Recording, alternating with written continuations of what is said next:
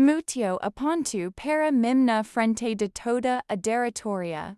Sol to uma risada, debochada edis mev voz alta. Voca realmente, atu que alguém como, vocataria lugar nesta empresa. Pegsu filho Isaia antes que mande, assegurança, fazer isso. Meu filho seguro minha ma com forca. Senti sus dedos tremendo, mas permaneci amugal. Durante anos. Aprendi que responder no momento. Errado entrega poder paraquem. Vive de humilhar os outros. O que, meu tio não sabia era que, naquela mesma manhã, o conselho administrativo havia assinado documento que mudaria o destino daquela empresa para sempre. Poucas horas o seria apresentada oficialmente como a nova CEO. Del acreditiva que continuava no control. Antes de canta como tudo aconteceu. Quero que voca entenda, por que aquele momento of muito. Mais do que uma simples, humil haco. Meu nome, Helena Elmida. Tenho 33 anos, e moro São Paulo, sumi solteira de Gabriel. Menino de 9 anos, que se tornou e razão de todas as decisões difíceis que tomei na vida. Depois de morte de meu marido, precisei recomeçar praticamente de zero. Enquanto meus parents apareciam apenas para dar apenas. Foi quem enfrentou noites sem dormir. Contas acumuladas, desafio. De criar meu filho sem duxar QL. Perspes o peso que carregava. Titus na família, conheciam a empresa fundada pelo meu avô. A Almeida logística havia crescido ao longo de décadas e se transformado em uma das maiores transportadoras do estado. Quando meu avô faleceu, meu tio Augusto assumiu a presidência. Desde a empresa deixou de ser negócio familiar para se tornar o palco do ego dele. Promos passaram a depender de favoritismo. Funcionários antigos eram descartados. Sem explico que el que soe quem su alfes. Discoldar era tratada como inimiga. Para evitar conflitos. Nunca cantae quais ninguém sobre meu verdadeiro trabalho. Oficialmente, era apenas uma consultora de gasto que viajava com frequência. Era exatamente isso que meu tio acreditava. O que ele ignorava era que, durante anos, havia liderado projetos de recuperação de grandes empresas brasileiras, conquistando a confiança de investidores e conselheiros que valorizavam resultados, não sobrenomes. Naquela manhã, entrei na sede da empresa, apenas para participar da reunião mais importante da minha vida, mas antes que a verdade fosse revelada, meu tio decidiu transformar minha chegada num espetáculo de humilhar. Diante de todos, naquele instante, respirei devagar e apertei de leve a mão do Gabriel. Podia sentir que ele estava confuso, olhando para mim como se esperasse que respondesse às provocações do tio Augusto. Mas eu apenas sorri para ele sorriso calmo, daqueles que costumava dar sempre que queria dizer. Sem palavras, que tudo ficaria bem. Ao nosso redor, alguns gerentes desviavam o olhar por vergonha. Outros observavam a cena com sorriso discreto, acreditando que meu tio estava, mas uma vez demonstrando quem mandava naquela empresa. Ninguém imaginava que, nas últimas 6 meses, o próprio conselho administrativo vinha investigando as decisões dele. As receitas estavam caindo. Contratos milionários haviam sido perdidos para concorrentes menores. Funcionários experientes estavam pedindo demissão em ritmo acelerado. Enquanto isso, Augusto insistia em comprar carros de luxo para a diretoria, reformar sua sala presidencial e promover amigos. Incompetentes para cargos estratégicos. Foi exatamente por causa dessa crise que os investidores entrou em contato comigo meses antes. No início, recusei a proposta. Eu não queria misturar família e negócios. Conhecia meu tio desde criança e sabia que seu orgulho jamais estaria ser questionado. Mas, depois de analisar os relatórios financeiros e conversar discretamente com os colaboradores antigos, percebi que a empresa construída pelo meu avô estava sendo destruída a pouco. Aceitei o desafio em absoluto sigilo. Nem mesmo min homem sabia.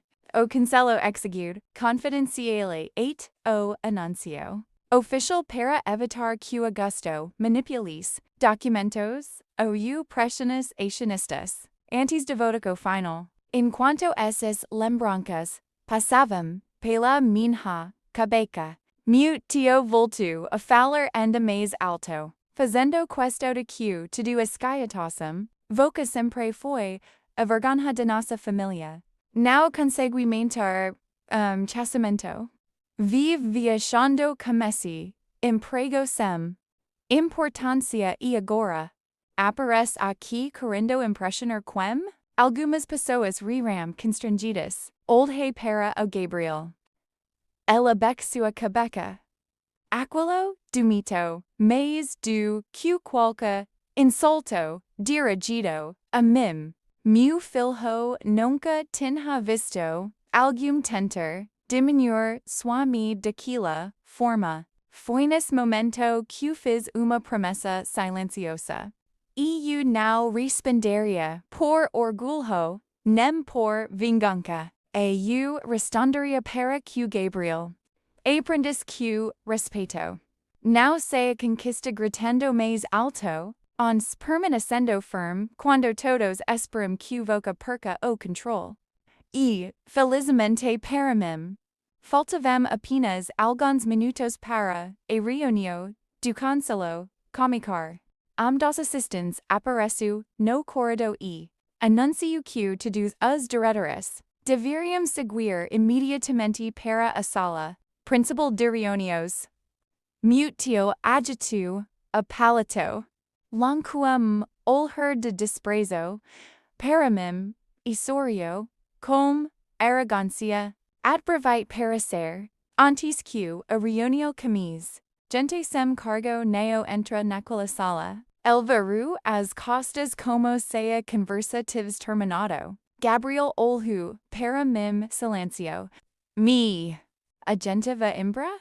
A Bexi ficar na altura dele e segure seus ombros. Confia a mim, filho. As vicessa verda demorou pouco para aparecer, mas ela sempre aparece. El respiro fundo e fez pequeno sinal de positivo com a cabeça. Entramos no elevador, ao lado dos diretores. Alguns me reconheceram discretamente pelas reuniões virtuais dos últimos meses, mas mantiveram absoluto silêncio. Conforme havia sido combinado pelo conselho, meu tio interpretou aquele silêncio como mais uma prova de que ninguém se importava comigo. Quando as portas da sala de reuniões se abriram, al entrou primeiro e ocupou a cadeira principal, como fazia havia anos. Os demais executivos comicaram a acomodar, redor, de enorme mesa de madeira. Permaneci perto da entrada, com Gabriel ao meu lado. Augusto batu levemente na mesa. Antes de começarmos, gostaria que a segurança retirasse essas duas pessoas daqui. Esta reunião, restrita à diretoria. Antes que qualquer segurança pudesse dar passo. A presidente do conselho entrou, acompanhada dos representantes, dos principais. O ambiente ficou completamente me silencio. Ela caminhou a cabeça de mesa, olhou diretamente para Augusto e diz com firmeza: na verdade, quem vai mudar de lugar hoje? O senhor, meu tio, franziu a testa, claramente sem. Entenda. A presidente retira envelope de pasta colocou sobre a mesa e continue. A votação extraordinária foi concluída nesta manhã por decisão unânime do Conselho e dos acionistas majoritários. O senhor está oficialmente destituído da presidência da Almeida Logística. Com efeito imediato. O serviço de Augusto desapareceu. A levanto da cadeira repito que quase. Aderabu. Isso era impossível. Foi então que a presidente voltou a olhar para mim.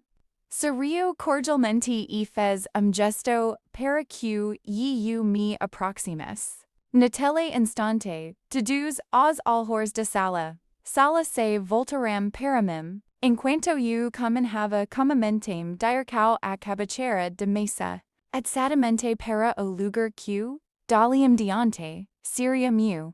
O silêncio era tão profundo que eu conseguia ouvir a respiração nervosa de algumas pessoas na sala. Caminhei a cabeceira da mesa sem pressa, mantendo a mesma postura tranquila que meu filho sempre dizia admirar-me. O presidente do conselho sorriu e declarou diante de todos: Senhoras e senhores, tenho a honra de apresentar oficialmente a nova CEO da Almeida Logística, Helena Almeida. Por alguns segundos, ninguém me agou. Os mesmos executivos que, minutos antes, avatavam olhar para mim, agora se levantavam, sinal de respeito.